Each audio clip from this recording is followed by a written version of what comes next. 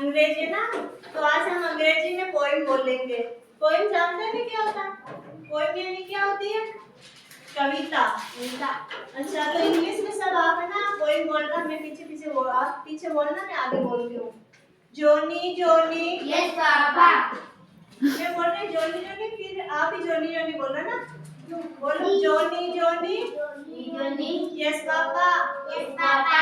Eating sugar. Eating sugar. No papa.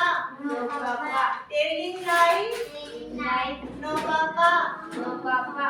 Open your mouth. Open your mouth. Ha ha ha. Ha ha ha. अच्छा अब आप बोलो, बोलो मेरे साथ साथ में बोलो, बोलो Johnny Johnny yes papa. Johnny, Johnny, yes papa.